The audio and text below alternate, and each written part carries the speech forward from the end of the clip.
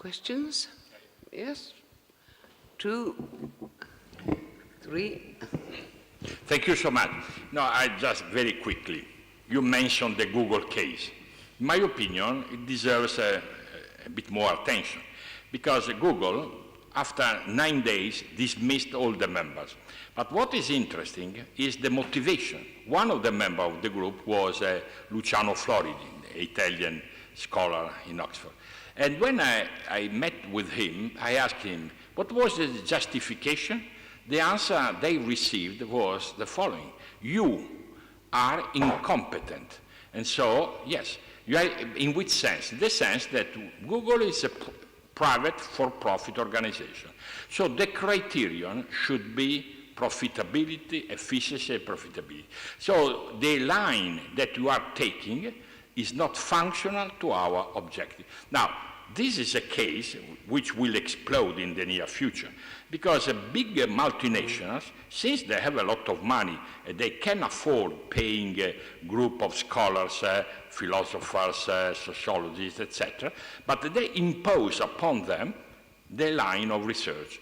And since in this case they refused, 3 of them refused, they were dismissed. So why do I mention that? Because perhaps the time has come when we have to rethink the notion of corporate social responsibility, including exactly this element. The other point that you mentioned, I agree with you. It's not enough to pay attention to processes, but also to outcome. I would add a third dimension, impact, social impact, because impact is different from outcome. In other words, we should start asking this big corporation to give evidence of the impact, not only of the outcome, because up to the outcome or output they can accept, but we have to guarantee that they can give reasons that might be different from ours, but they have to compel them to provide reasons to support what they say. What do you think about that? Want me to answer right away, or do you collect some questions? Up to you. I think the Google case is very interesting, not only because of the, quote, ethics board, but also because of the Project Maven, which of course was peanuts for Microsoft, for Google, because it was like $450 million, which is nothing for them. And it was aborted, or they basically withdrew from it, because the employees rose up against it and said absolutely not. I find it interesting that Google changed its motto. The motto was, don't be evil, but then it was like, now it's do the right thing. I mean, what does that mean, do the right thing? In whose mind, in whose opinion are you doing the right thing?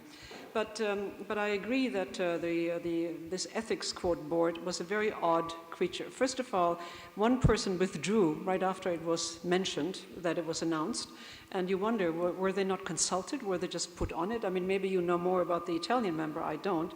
But I find it very interesting because I remember that when Google acquired DeepMind, DeepMind had as one of its precepts, we want to have an ethics board. And here we are 4 years later, I think, we still don't have an ethics board, that rules it. So that's a very interesting question.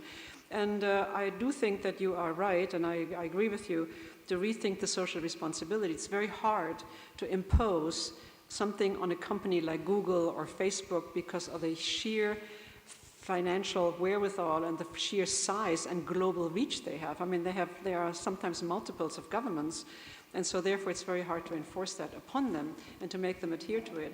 But I do agree also with you that impact is a good one to add. In the next paper I'm writing, I will definitely add that. So thank you for that suggestion. Good. We've been productive this afternoon. Go ahead.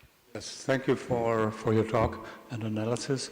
I mentioned the compass controversy in my paper. You're aware of this? The compass software, piece of software being used by US courts to estimate the defendant's expectation to reoffend. So I think I want to make 2 comments there. First of all, I think that journalism is improving. I do think so. Journalism, journalistic inquiry into the black box decision support systems. And on the other hand, what I also mentioned is we do need more foundational research in computer science. Not so much into correlation analysis, but more into causality analysis. Thank you. Sorry. I agree with you, and of course the court sentencing, it's also, they use something not only for sentencing, but they use algorithms for parole in terms of how is the recidivism, I'm not quite sure if that's the word, thank you, how is the likelihood of recidivism affecting, parole decisions. So there's a lot that's going on there that I think has been actually practiced for years until it basically came out. And that's the reason why I mentioned the law cases, and I said, the law cases cannot determine the regulations, but they are pointing the finger as to where are the weak spots in all of this, so that I agree. And the journalism is, I'm hoping you're right, because I think that what we really need is we need some impartial voices out there. But when I look at people looking at the news, I don't think that they're going to read, the local newspaper or the national newspaper, because there's usually a paywall. I mean, The Guardian, I think, is one of the few that doesn't have a paywall. And who wants to pay for news these days? The younger generation, they get it from wherever. They're not going to subscribe to newspapers. They're not going to pay for it. So that really worries me in terms of the equality. So I'm very much hoping you're right, but I think the jury's still out on that. Go ahead, Greg. Yeah. Thanks very much, Angela. A while ago, the head of the managing director of the Norwegian Sovereign Wealth Fund gave a talk at PRIO, and he noted that the biggest holding at that time of the fund was Nestle Corporation. And he said that the chairman of Nestle told him that when he had worked his way up in the firm, and then became and he thought when he became, I think it was president, he imagined that he'd be at the top of a pyramid. And he said he got there to the top, and he realized he was at the bottom of another pyramid. And that bottom he was at was the whole regulatory. I liked it. Yeah. Right. So, but it seems to me that right now, what your message is, we've got a bunch of pyramids out there without anything above them. And your message, I think, is that we need something more than a sectoral approach to regulating AI. You need an overarching approach. I think that was your message, but you can confirm it. And I'm wondering whether there's just any analogies that we could draw of another kind of industrial, another kind of new technology that cut through many, many sectors that was regulated in this overarching way. I mean, because we need to, AI is unprecedented, but the problems we're dealing with are not entirely unprecedented. So that's... If I think about how to regulate AI, and I don't have a perfect answer, to my mind, rather than assessing or rather regulating the whole gamut, I think that leads to very kind of fuzzy logic in a way, because it's too much. You can't beat it. So my approach was, look at it not case by case, but maybe sectorally, maybe like a sector or something. And what I found interesting is I have a quote in the paper from Mark Zuckerberg. And when he talked to Congress last year, on the efforts to address privacy issues. And there were some really funny questions from some of the people who queried him, right?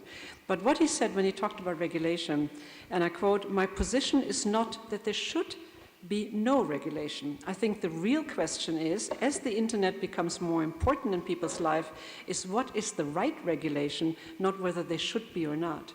So in essence, if I can extrapolate that to the rest of the AI community, so to speak, is they're saying, okay, we probably need something, but on the other hand, he was supposed to fix certain problems, and he didn't, because we subsequently had more hackings and leaks, etc., from Facebook. So I think there should be an intervention of some sort to sort of say there are either no-go areas or whatever, but on the other hand, to just look at the whole universe, I think is just an impossible task at this stage. It's like Lucifer in the 18th century. Well, yes. And the trouble is that so many people call for regulation of different aspects of this, that, and the other. Education, I think, would be the most beautiful field for you to explore if you want something to compare it with. But none of them answer the key question: who regulates the regulators? Sad but true. Pierre, your turn. Yes.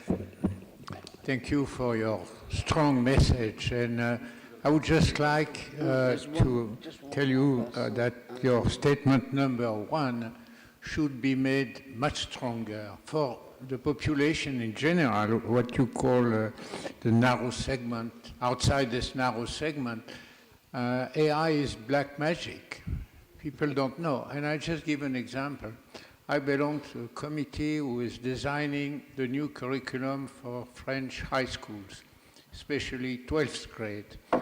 And we had a long battle, which we finally won, to put 2 hours in the last year of the high school on artificial intelligence. So that's all the exposure French citizens reaching the age of adults will have in a formal structure presentation of AI. Mm-hmm. So make it stronger if you can. Thanks for that example. Let me just give you one example. Emma, this is going to be the last question on this, and Sure. then we'll move to the other Stefano. Yeah, and it's not even so much a question, actually. It's just a clarification. And let me start by saying that I was, one of those people when Google set up their external advisory board. I did not agree with what they were doing, and so it's been disbanded. I was quite vocal about that. But I just wanted to say that that isn't the only thing that Google is doing.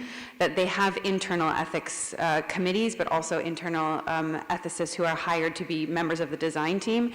And DeepMind, yes, they were supposed to set up their advisory board, and we're all wondering what's going on with that. But they have created their ethics and society group, and they are hiring ethics research scientists, and they have the head of the group. So I'm not defending them. I just wanted to make sure that we're not just focusing on this external advisory board, because they are doing other efforts. Yeah. Good. Meanwhile, let Mark Zuckerberg pay his taxes. Yeah. Let me just make one comment, and I appreciate that. I didn't have enough time to go into this, but I do know. One of the issues with their education, and I think it's very interesting you bring it up, it's a little outdated, but I want to tell you, I started my career at the World Bank, and the World Bank gave me a project, and they said, why is it that in schools, particularly high school level, they don't teach about economics? They teach history, they do all kinds of things. So I did a project and I actually studied on this. And the outcome is that most of the high school teachers in this field, in the social science field, this group, they were all social scientists or historians. They had no clue about economics and they didn't want to teach it. And I have the feeling that the same may be true for educators, at high schools, because they don't know enough about AI, and so they're afraid of going into it and then teaching it to highly educated in AI and metas adolescents. So actually one of the interesting mutations taking place that would be well worth tracking is the transformation of business schools, which are changing out of all recognition and are becoming the major employer of social scientists. Incredible. Anyway.